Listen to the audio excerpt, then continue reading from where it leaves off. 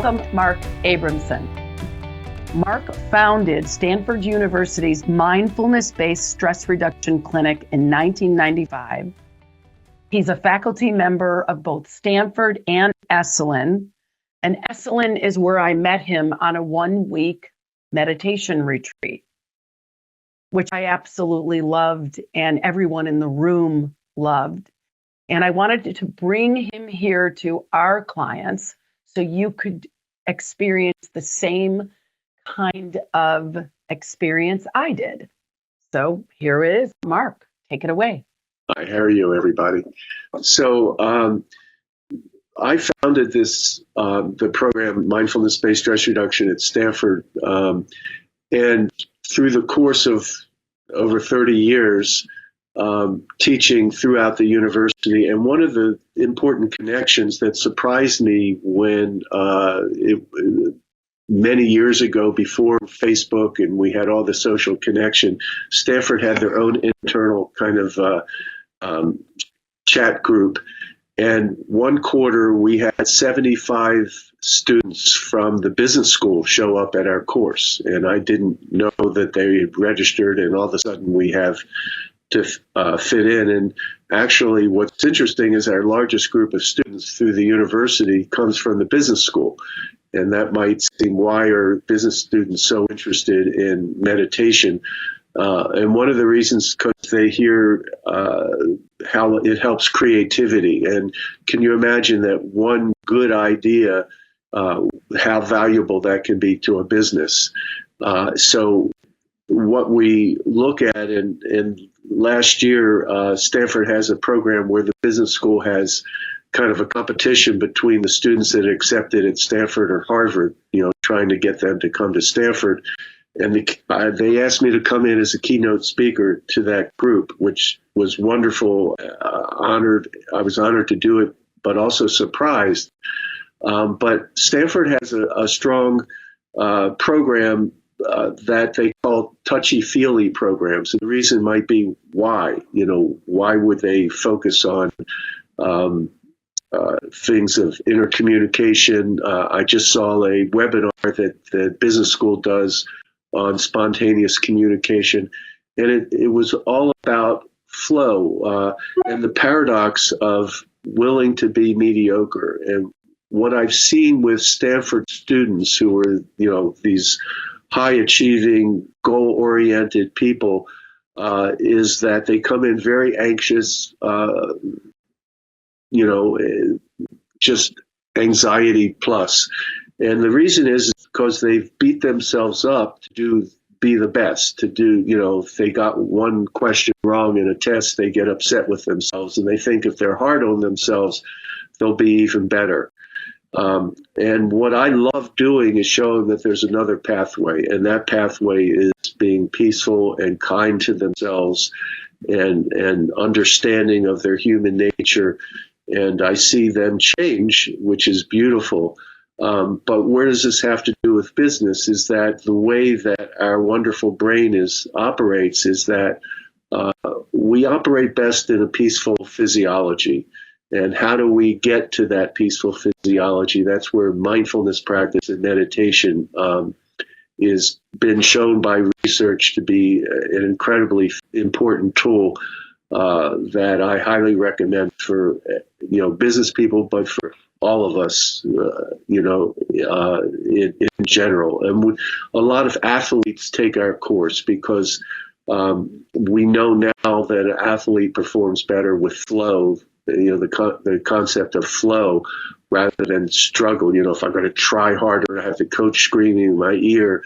That's kind of the old way of motivation. And now, how do I relax? How do I prepare myself to perform at my peak without tension, which is more important to outcome, to eliminate tension than to try harder and add more stress and energy that you're putting out, but more counter to that, which takes away from the outcome that you want. So we're going to look at a couple things that have to do with physiology and the brain, and I'm going to share kind of a PowerPoint. Actually, it's a keynote looking at stress and how do we, how do we function better with less effort? So we know about stress, and now you'll see everywhere, the science of meditation.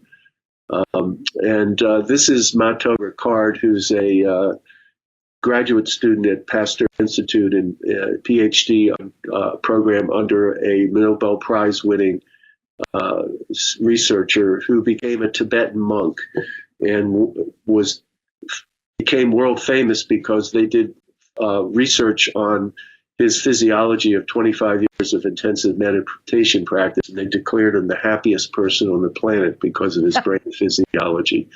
So he was known around the world for being the happiest person on the planet. And a number of researchers came together with the Dalai Lama and formed something called the Mind and Life Institute. And if you want to read about the science of meditation, how it changes your mind, your brain, and your body, Altered Traits is this book written by Dan Goleman and Richard Davison. Richie Davison runs a contemplative neuroscience laboratory at University of Wisconsin. And Daniel Goleman was he wrote the book Emotional Intelligence, and he was the science editor for the New York Times. And we look at the kind of just this a picture of a brain operating. You just see a lot of color and a lot of activity.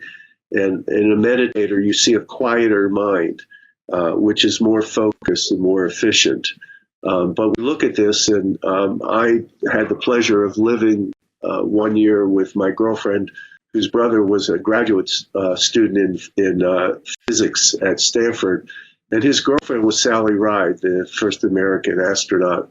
So Sally basically lived with us, was a wonderful woman. But at that household, I was the weirdo practicing meditation, and they were the science people. And there was a tremendous schism. This was back in 1978 between anything of contemplative practice and what it might have impact on your body.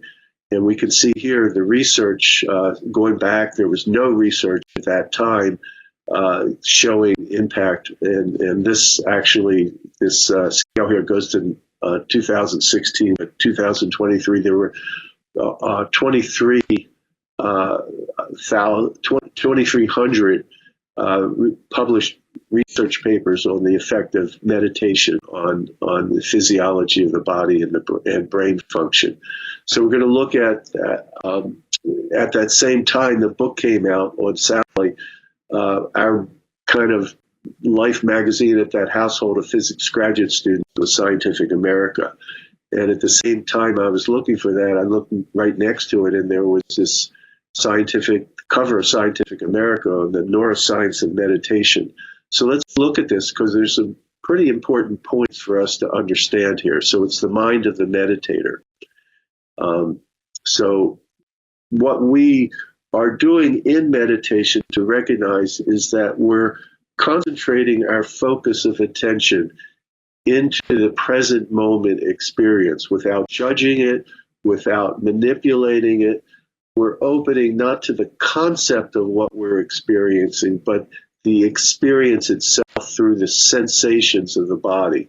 So in focused attention, we're directing our attention. Right now, you could basically be practicing meditation by concentrating and focusing how it feels to be you right now in this moment. The sensation of gravity, your weight in your chair, the feeling of the clothing around your body, the feeling of the temperature of the room, the light coming to your eyes, the vibration of sound coming to your ears. These are all the things that we have to focus and bring us and concentrate us into the present moment.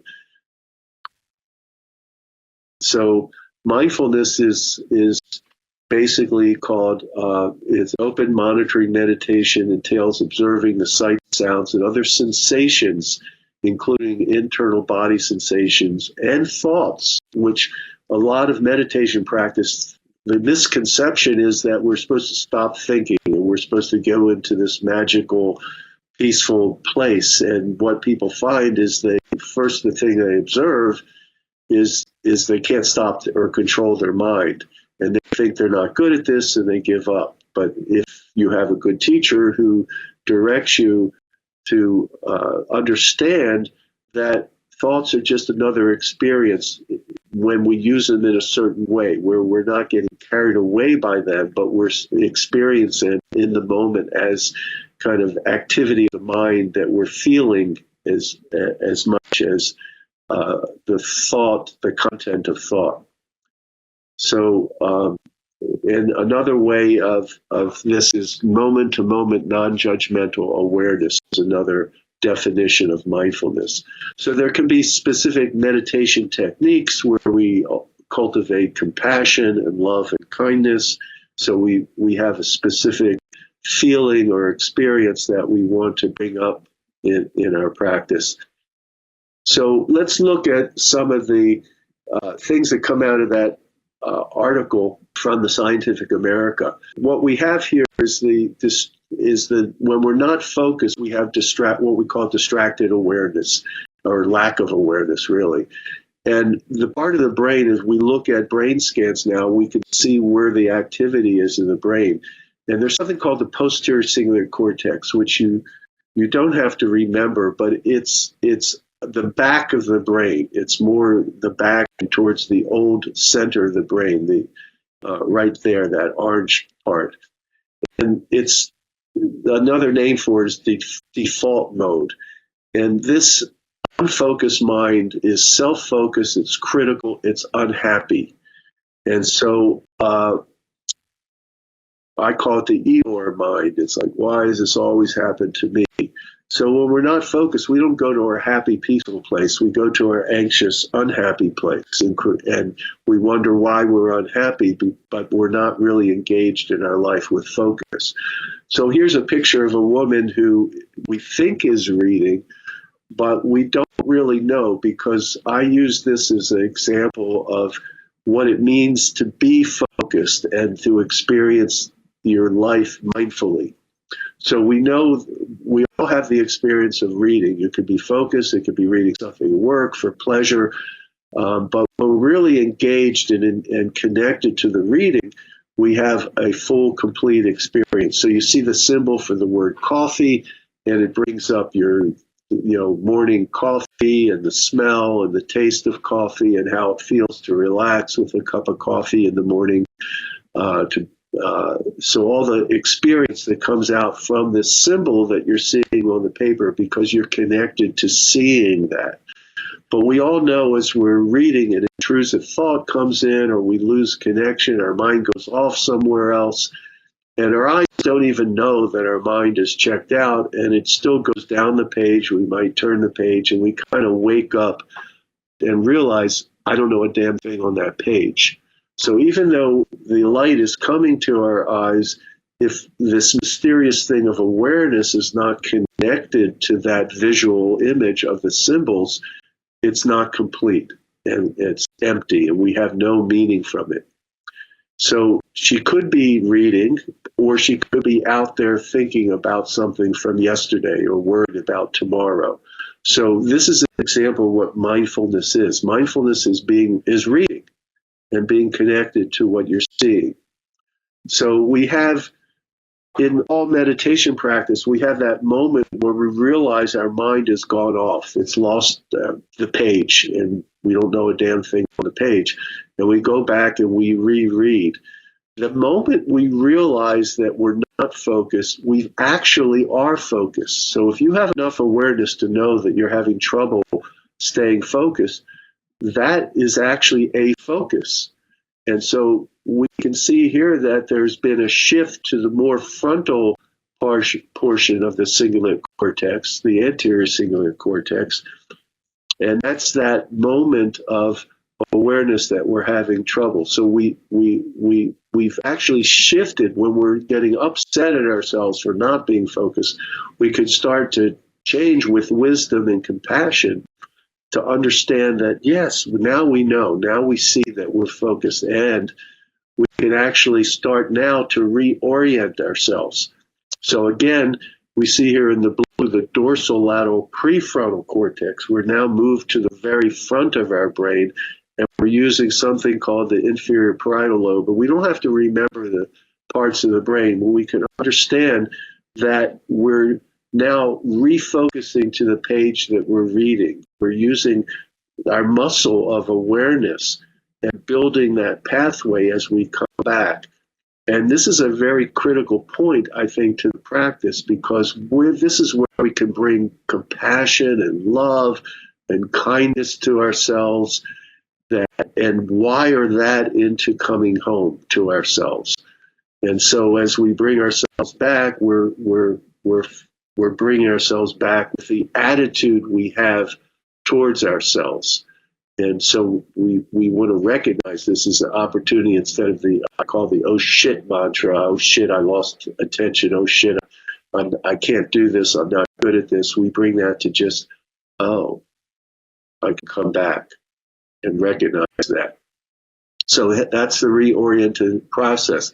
And every once in a while, we just focus. We're just there with the page. We're engaged in what we're reading, in the story or the information.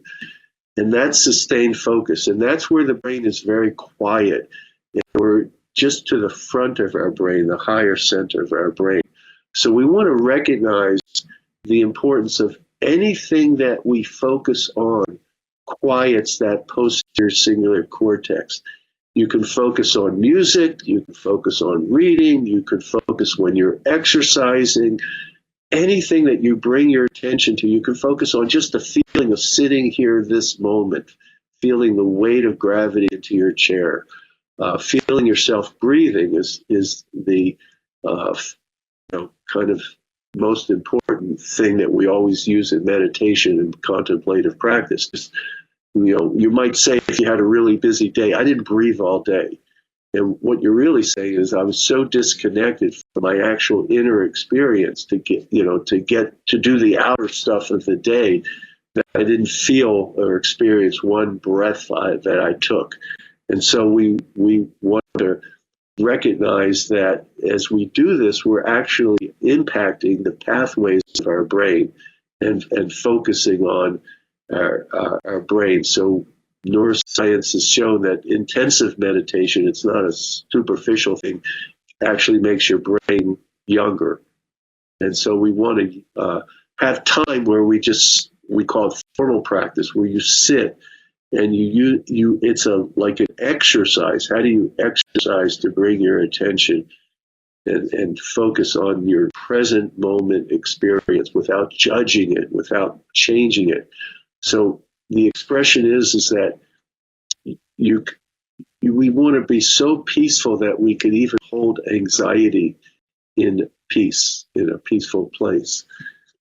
So, and part of it in business, what brought this out is people know Steve Jobs, who was one of the most creative, innovative people of our time. Really, one of the things that he knew and used skillfully was meditation. He meditated every day, and he was very much involved with a Zen teacher who practiced meditation. And this is what he used to bring out creativity, because as you relax and become more calm and more peaceful, it opens up the higher centers of the brain, and that's where your creativity comes from. That's where your good ideas spring forth. So it's being peaceful is actually the physiology of creativity, of genius. So Steve Jobs at one of Stanford, when he spoke at Stanford's graduation, read this: if you sit and observe, you will see how restless your mind is. So the first thing as you become calm is you start to notice your restlessness. Or when we teach at Esalen, the first couple days is people start to recognize how tired or restless they are. And they think that this is a problem, but it's actually revealing what's kind of underneath all the noise of the mind is how restless your mind is observing that. And the place that it's observing this restlessness is not restless. So if you try to calm it, it only makes it worse. But over time and practice, it does calm. And when it does, there's more room to hear the more subtle things. And that's where your intuition starts to blossom, and you start to see things more clearly and be in the present more. Your mind slows down. and you see a tremendous expanse in the moment. You see so much more than you could see before. It's a discipline, and you have to practice it, and that's what we're kind of talking about right now. So we've forgotten how to relax. We've forgotten how to relax physically, where we hold tension in our body and don't even recognize how much tension's in our body. We have to kind of, remember how to let go of our muscles. We have to let go of our mind to find peaceful times. And with our society now, with all the looking at our phone, if we have one still moment, we fill it with busyness. And so we have to remember how to relax and be peaceful in our mind. And spiritually, this is, I think, the core is a spiritual practice. What's your meaning? What's your purpose in life? What's your purpose in creating a business? Is to bring things that people need, things that would help people, things that would support people. So I think the most important thing is what's your purpose in what you're doing. Even in physics, this is Elizabeth Blackburn who discovered telomeres. Telomeres are protective caps at the end of your chromosomes, and you could kind of say that they're the plastic at the end of your shoestrings that keeps the strands together, that so you can lace your shoes through the eyes. And as a cell reproduces, the protective cap gets smaller and smaller. Like we have a line of cells that create the color of our hair, and when it replicates a certain amount of times and the telomeres disappear, that cell line disappears and our hair turns gray. So this is happening as we age. And what we know now is that there's a chemical called telomerase, and as we meditate and become more peaceful, we actually repair these frayed telomeres that get frayed, what we found out from stress. So the stress hormones of our body actually are destructive to our body. So I'm going to come out of this. So Mark, I want to say that I missed the first night of the retreat, and I normally am not a crazy fan of PowerPoints, but there's so much that you just shared, not just about why people want to meditate, but how it actually mechanically works to make you younger and more vibrant and more clear-headed. Yes. So I'd love for you to get into actually showing us how to do it. What's your method of teaching? Let's do a simple concentration practice together. Again, to recognize what you're doing. I think it's important. We have, kind of experiential learning, I think, is the most powerful learning. And so we're going to use a focus of awareness, which is simply the awareness of your breathing. And you can cognitively know you're breathing. You must be breathing. You're not turning blue right now. But we're going to focus in on the experience and sensation of breathing. And I'm going to go through a kind of walking through a way of using this, I call it mysterious thing of awareness. So what to recognize is that we have a spotlight of attention, and we can shine a spotlight on different focuses of awareness. So right now you can shine the spotlight on the feeling of your left foot. And mysteriously, you start to feel the sensations in your left foot, which are basically you're shining the spotlight on the nerve endings that are receptive in the left foot. They're always there, but they're not on the screen, so they're in the background. Then you can move your attention to your right foot, and now your spotlight of attention, and you're bringing to awareness the feelings, the nerve endings in your right foot. So we're going to use that to focus in on the experience of breathing. So sitting up, or if you wish to sit on the floor in a mat, if you're a meditator, you might have your meditation setting, you have that available, but probably you're in front of your computer. So bringing your attention to your breathing. and feeling the sensation of bringing air into your body.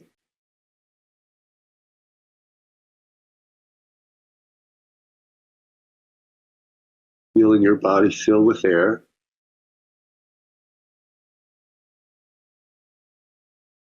And then feeling the shift into breathing out, and feeling the body being released, the air being released from your body.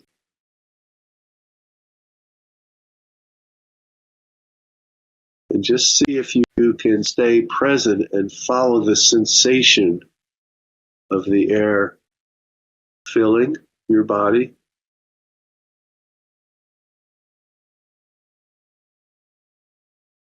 And being released and back into the air of the room, leaving your body, exhaling.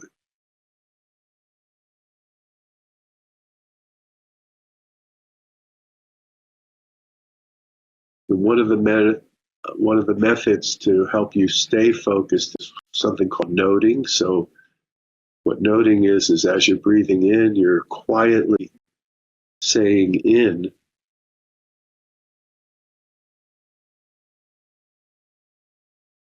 And as you're breathing out, you're quietly saying out. The reason I say quiet is because focus is on feeling the sensations, not the concept of in and out, but the sensation of breathing in, the experience of it.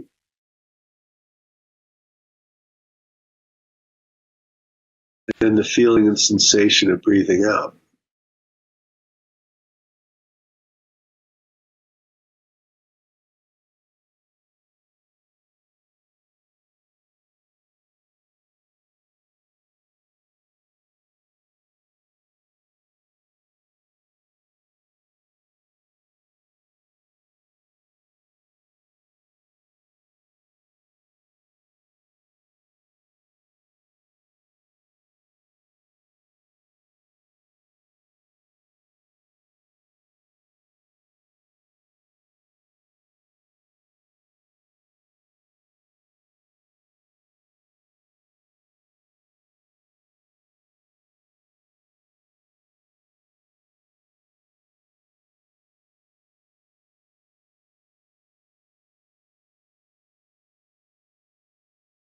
And as you might lose focus for even a fleeting moment, the mind flies away into its habitual kind of noise.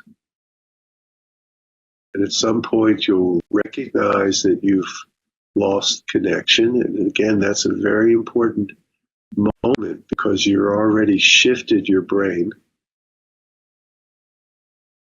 And now you have the ability to refocus back to feeling the air moving in and out of your body. And again, I emphasize to do that with kindness and love for yourself and appreciation for who you are. To wire that into your life as you feel yourself breathing.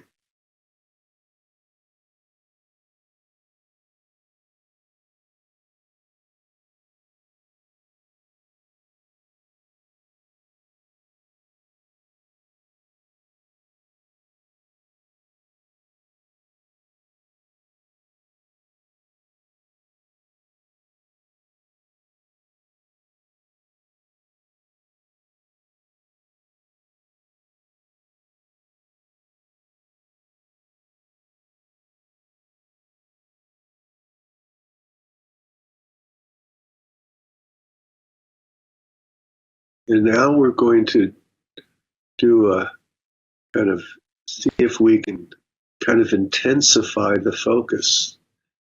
So now I ask you to bring your attention to feel inside your nostrils, to feel the air brushing the inside of your nostrils as it flows in. Feel the sensation inside your nostrils of the airflow. See if you can tune in to that sensation, localize that feeling inside your nostrils. You might find one side is flowing primarily, which that's the physiology. We actually flow one-sided at a time.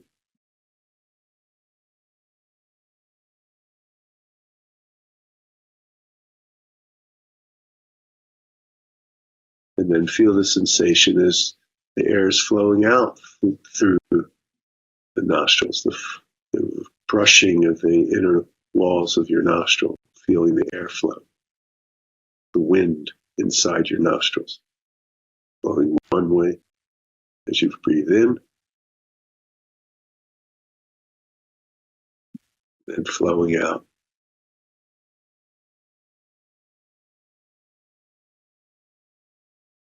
If you can tune in and feel that sensation, acknowledge yourself for being able to localize that feeling.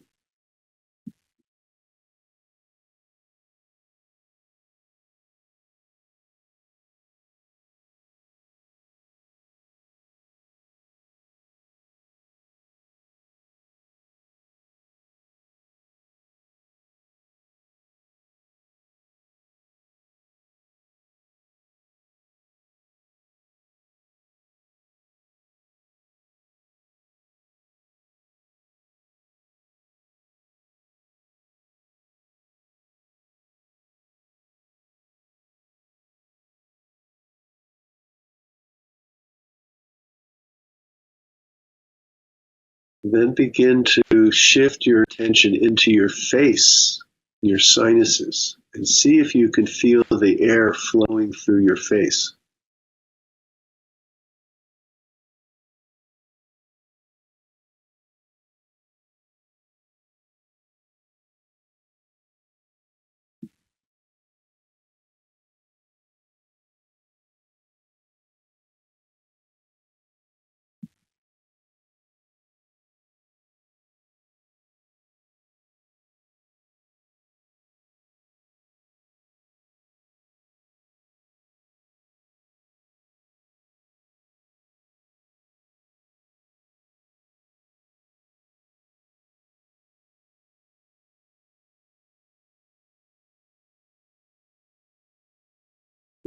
You can tune in and feel that sensation in your face. Acknowledge yourself for being able to localize that feeling.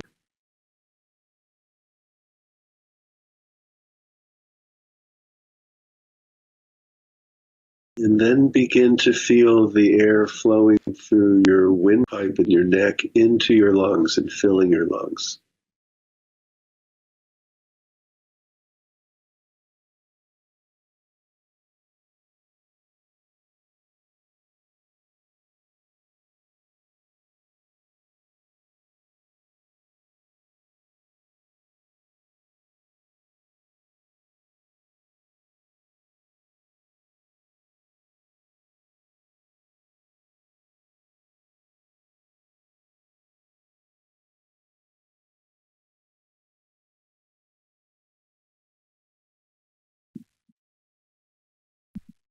Feeling the sensation of air flowing through the windpipe in your neck all the way into fill your lungs. As you breathe in,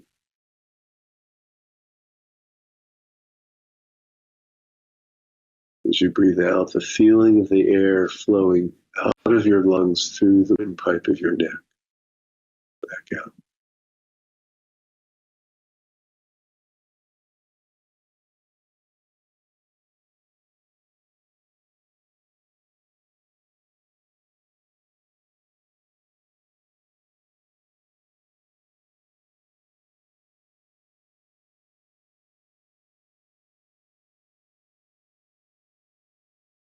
And then coming back to your nostrils,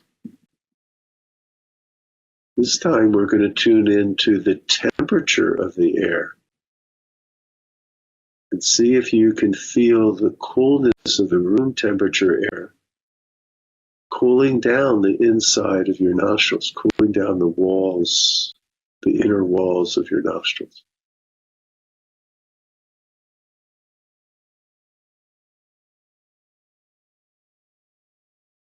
And the body temperature, the warmer temperature of the air as you breathe out, warming the inner walls of your nostrils.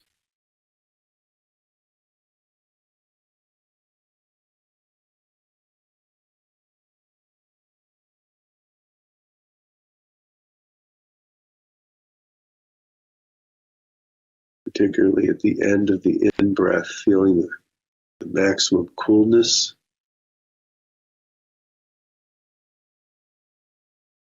The end of the out-breath, feeling the maximum warmth.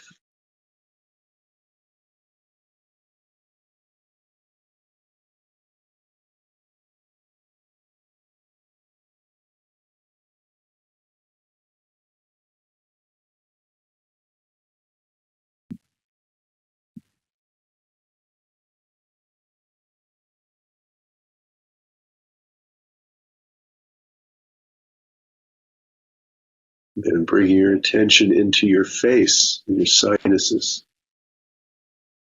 And again, feeling the cooling of the room temperature air as your face is cooled down with the in-breath.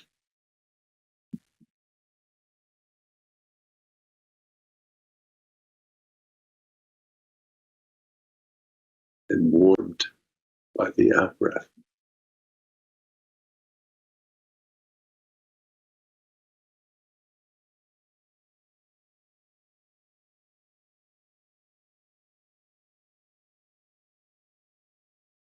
So at the end of the in-breath, your face is being cooled to its maximum.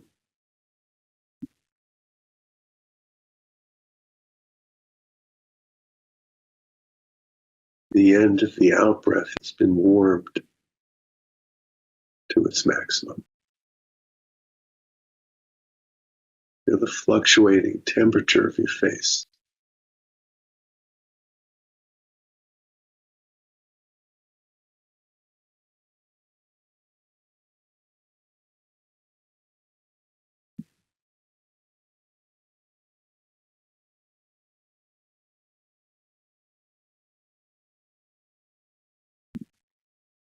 And coming back to your nostrils now, and we're going to focus on the air pressure. So as we breathe in, we create a negative pressure, which draws in the walls of your nostrils, kind of pulling them in.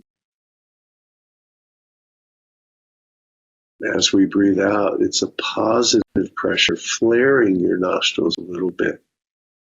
So see if you can feel the very slight drawing in of the walls of your nostrils as you breathe in.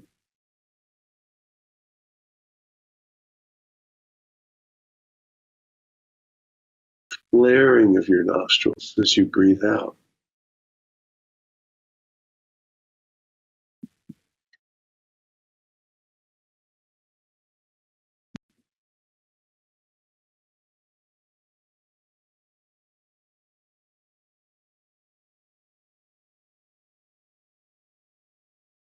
And then tuning into your face. And see if you can feel that drawing in your face. The in-breath.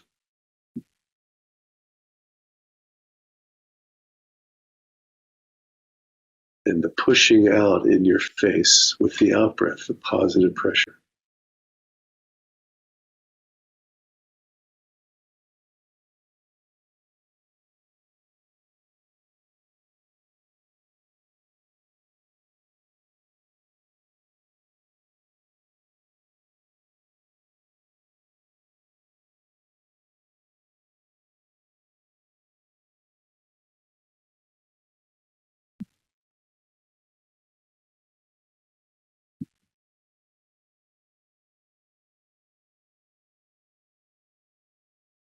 Just taking a few more mindful breaths, feeling the sensations, all the sensations.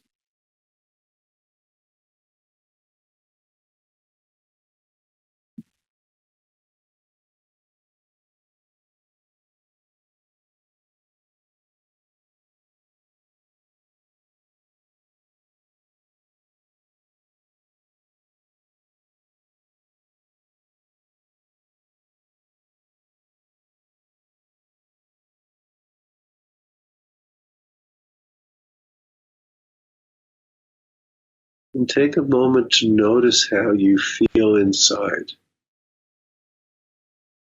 how your inner body feels.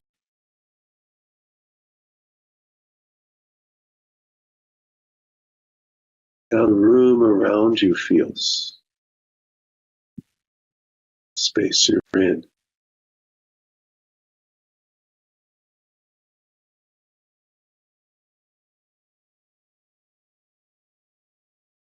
And take a moment to acknowledge it's just tuning into yourself, giving yourself attention, being with yourself for a few moments like we just experienced together.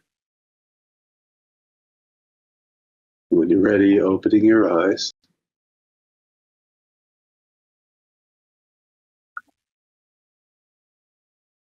So you might have noticed is that because we use the elements of focus and being in the present moment. So as you were tuning in to those different feelings, you had to really focus your attention to tune into those different sensations. And that quiets and shifts your whole physiology of your brain to the more creative, more peaceful. It changed your physiology, your autonomic nervous system, settling down, becoming more parasympathetic. It changes your biochemistry in your body. This is the physiology where your immune system is at its best. And the chemistry of your body is supporting you and soothing you rather than irritating you. So there's a lot of levels that this simple practice of focus profoundly changes what's going on inside of you, and then therefore what comes out of you. That was so good and such a good slowing down process. I even think clients could use it to ground for a meeting. Yes. A tough meeting, or something exciting that they're getting into, but just to kind of get everybody in homeostasis. Well, with the last 15 minutes, I think whatever you think is going to give people a real connection to why this works in creating new neural pathways or in just elevating our energy and our essence. So whether it's another meditation or a conversation or just you talking about your own life and your own clients that you've helped, whatever you think will close the loop. In bringing this into your life, we have what we call formal practice, which is dedicating some time. I recommend every day, just like we say you brush your teeth, you have to wash your face every day. There's certain ways that you take care of yourself to keep your body and hopefully your mind clean and focused. So a formal practice would be time that you sit, and we have wonderful mechanisms now. I love my Apple Watch or my speakers that I just go, hey Siri, time 30 minutes, and my phone just did it. And I can sit and let go of time. And so sitting and dedicating. I don't see 30 minutes in your contacts. Yeah, there's my phone. So what we want to do is dedicate some time every day to take care of ourselves at this level, to focus in and to formally concentrate on our breathing and our experience of sensations in the moment. But the real reason for that is to live that during the day. So what I consider, what I call informal practice, is the real time that we're using it, and that's our day. That's our activities of the day. So if you do physical exercise, you get on a machine. Let's say you could use the elliptical machine at the gym. And what you see people typically do is they might have a book that they're reading, and they put their body on automatic pilot, and they're using their body, but they're missing an opportunity to bring the mind and the body together. And so you can practice this if you're a runner or jogger. Instead of thinking about what you did yesterday or what you're going to do as you run, what I recommend is you turn that into a formal practice where you bring your attention into your body and you really feel yourself. And it's a wonderful thing because you almost feel like the jets have taken off. You feel the power of being present in your body. So any runner, you see a sprinter getting ready for a race where they're going to have 4.5 seconds of running, trying to run as fast as they can, and you see them how they get focused with their mind.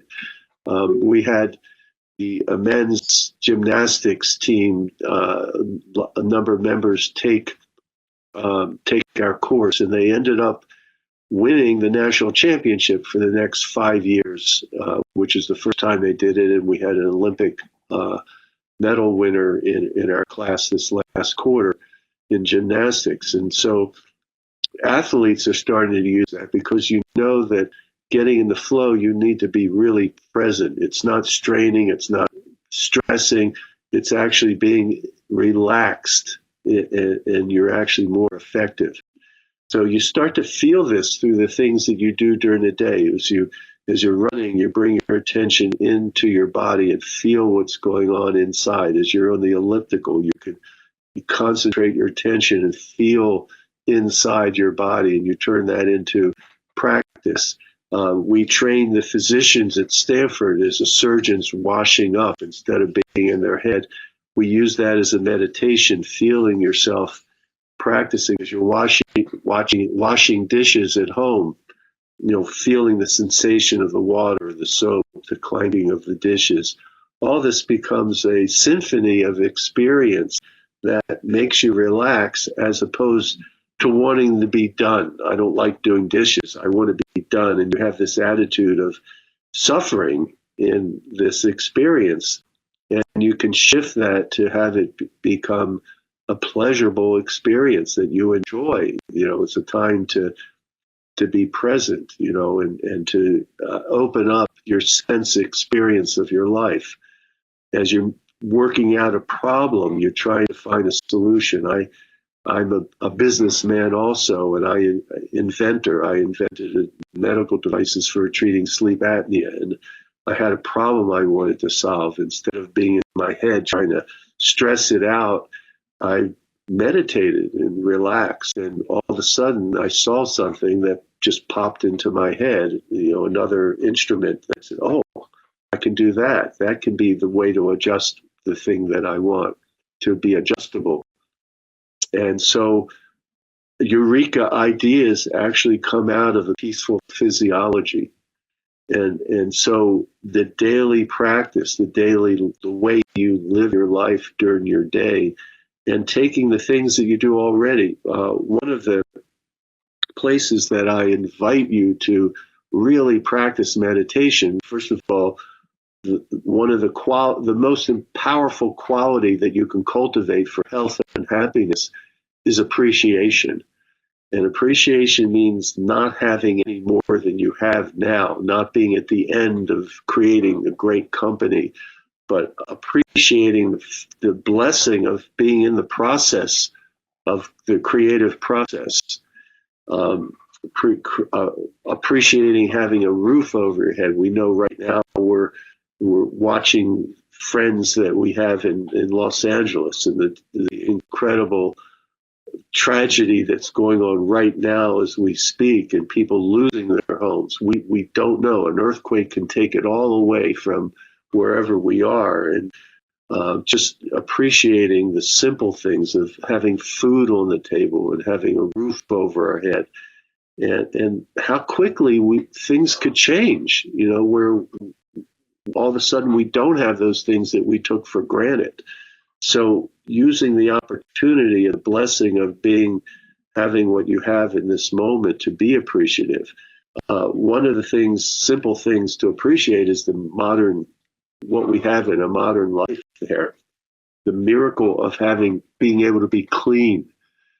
We have this magic place in our house where there's this, little space that we reach our hand in and we turn a knob and water comes out. Oh my God, the history of mankind, kings and queens would be able to go into this space and turn a knob and have water come out. And not only that, there's another knob that we turn that one and hot water comes out. Oh my God, how blessed we are in the history of mankind to have this luxury. And what we typically do is put our hand in, adjust the knobs so it's not going to be too cold or scold us. And then we get in and we go in automatic pilot thinking and planning. And oh my God, this son of a bitch is dead and I got to do this. And, and we're getting clean, but we're not using the advantage that we have to practice appreciation and to experience this spa treatment that we're experiencing. So we have the soaps, we have shampoo that has herbs and spices that kings and queens that we study in history didn't have the luxury of having all the spices and wonderful soaps that you're using to clean yourself. And this beautiful towel that you're drying yourself off with. And so you feel that, and you bring your attention to feel the touch and the sensations going on, and you stay with it till it's complete. And now you've had a spa treatment every day that's available. You've already paid for it. It's right there. And all you have to do is bring your mind to feel it and experience it. So you start to bring this into as a way of living, which supports your health, your happiness, your creativity, and your ability to manage and interrelate with other people.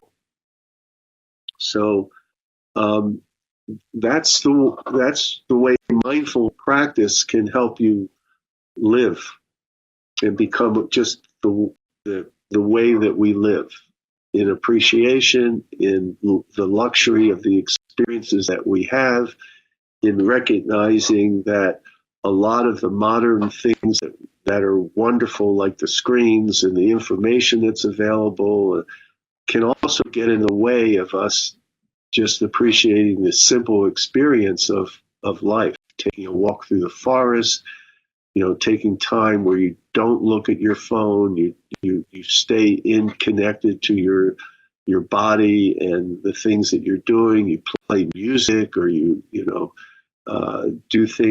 art, things that help your creativity. So you be able to make choices with increased awareness. You're not just, automatically living this busy, unfocused life that we have. We have stairs that we can run down where we're thinking in our head.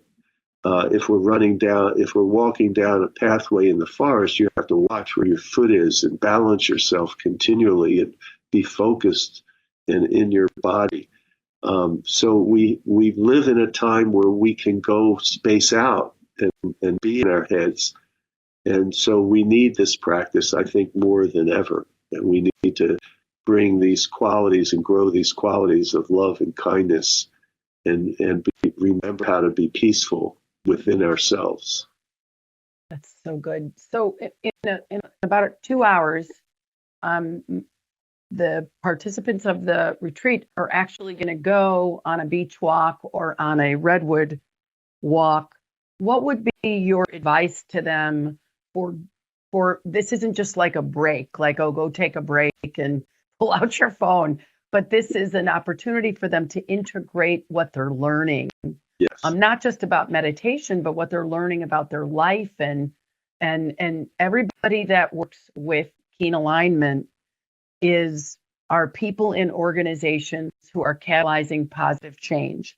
They don't work with keen alignment if they don't have an intrinsic motivation to do good on the planet. They just wouldn't fit with us.